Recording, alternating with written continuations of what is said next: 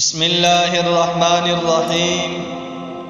سامعین محترم، آپ اس مسئلے کو خوب ذہن نشین کر لیں کہ جو زمین یا پلاٹ خریدا جائے، خریدتے وقت اس میں 3 قسم کی نیتیں ہوتی ہیں۔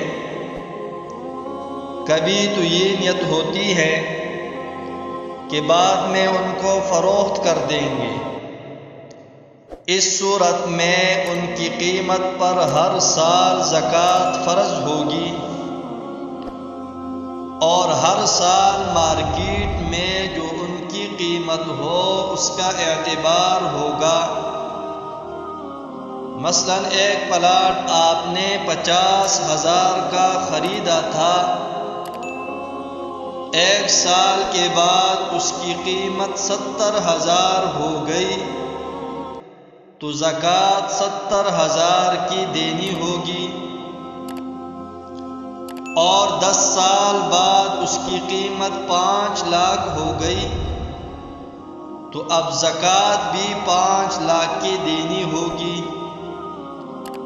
الغرض ہر سال جتنی قیمت مارکیٹ میں ہو اس کے حساب سے زکوٰۃ دینی ہوگی۔ اور کبھی یہ نیت ہوتی ہے کہ یہاں مکان بنا کر خود رہیں گے، اگر اس نیت سے پلاٹ خریدا ہو تو اس پر زکوٰۃ نہیں۔ سامعین محترم، اسی طرح اگر خریدتے وقت نہ تو فروخت کرنے کی نیت تھی اور نہ خود رہنے کی، تو اس صورت میں بھی اس پر زکوٰۃ نہیں۔ بحوالہ آپ کے مسائل، ان کا حل جلد نمبر 3 صفحہ نمبر 371۔